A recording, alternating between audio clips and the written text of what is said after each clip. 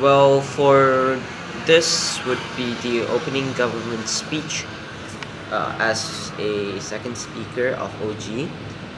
Now, the motion says that for the purpose of this debate, out of school youth refers to young people who do not currently attend formal education due to reasons such as chronic absenteeism, school refusal, expulsion, or voluntary withdrawal.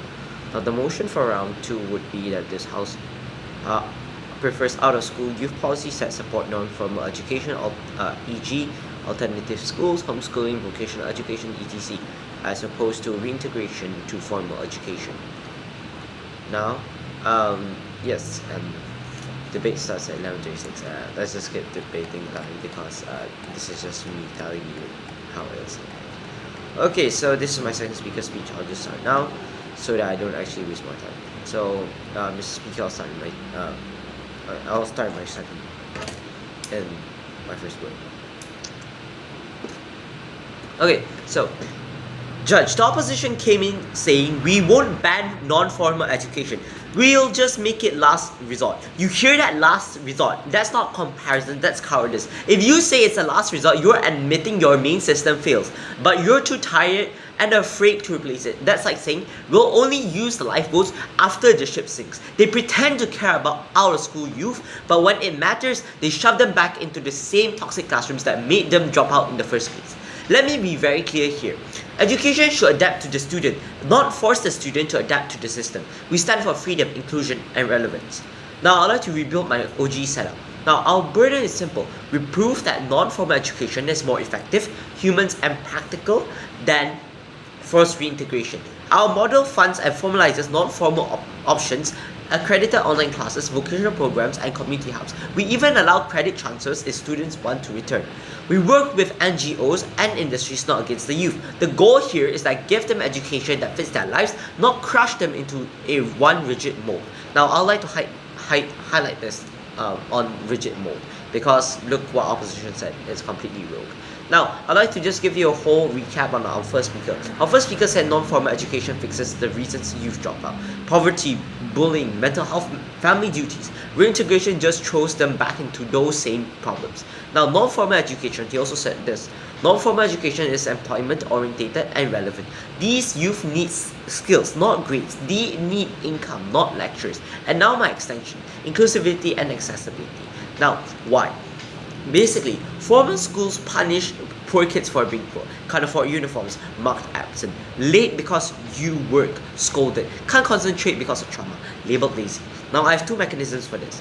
Now, because non-formal education tears down those barriers, like classes, flexible schedules, online learning, adapts to their lives. And also, that's not charity, that's justice, because finally the system bends for them instead of breaking them. For example, into Indonesia's PKBM community centers teach literacy and entrepreneurship. Youth who once dropped out now who run a business to help others. And the impact is that real inclusivity means no one is left behind because of who they are or what they have been through. Now, giving my rebuttals. Now, they said that kids changing schools will be left out and die.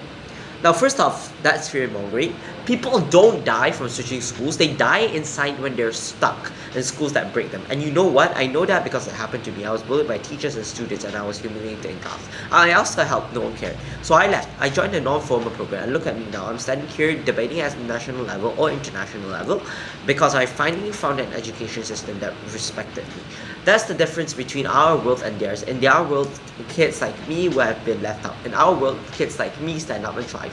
Why we win is because we save lives for real, not with pity. We give hope to those who are already written off.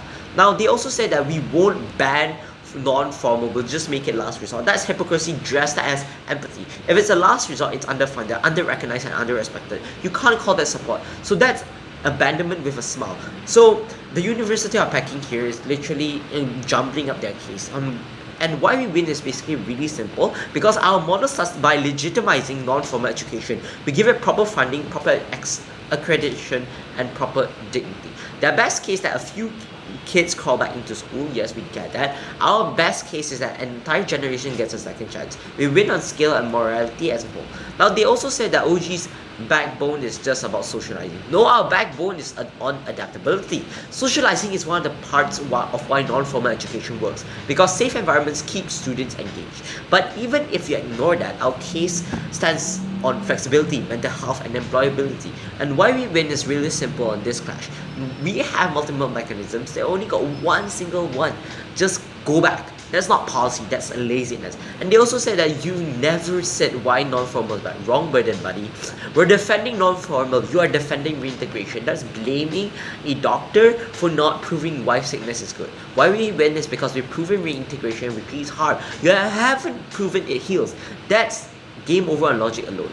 And they also said that you never failed, so you don't understand. You know what? Maybe I did fail because your system failed me first, and I'm not ashamed of that because I'm proof that non-formal education works. I went through it, I lived it, and I'm standing here confident, educated, and alive because I was given the second chance in the system that didn't give up me. And why we win finally is that we present real stories, not textbook ideals. That their comparison is performative, ours is personal. So now let me just end it with a nail on the coffin.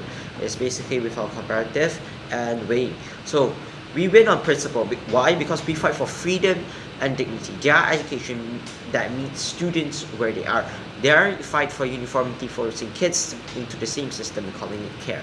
Now, before I move on to my skill and practicality, best case versus worst case, and finally end of this whole debate because they're already losing, I like to take one POI before my time's up. So 1, 2, 3. Okay, moving on. This just proves that side opening opposition is absolutely terrible, as well as closing opposition. I give them a chance and they just wasted that.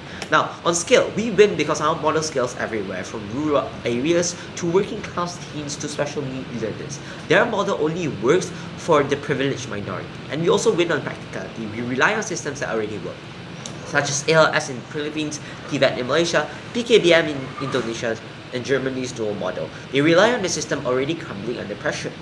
And our best case scenario is that every youth learns, earns, and recovers their dignity. Our worst case, they still get a flexible education. Their best case, a few rejoin formal school. Their worst case, I'm sorry, we lose another generation to hopelessness. That. Now, even our worst case, we still win. So, Judge, let's talk about saving kids. But saving them from what? From learning differently? From hope? No, what kills them isn't non-formal education. It's a system that refuses to change. So Peking University here is getting everything wrong. So I was one of those kids. I left formal school. I left one of the top schools in Malaysia. I left it for a normal government school. And I found my way back through non-formal learning. If I stayed in their system, maybe I'd given up. But in ours, I got back up. That's why this side wins. Because we don't just talk about inclusion, we live in it. Education shouldn't be a cage, it should be a lifeline. And that's exactly what our work is. For freedom, for dignity, for every student who refuses to stay broken, we are proud to stand on government. Here.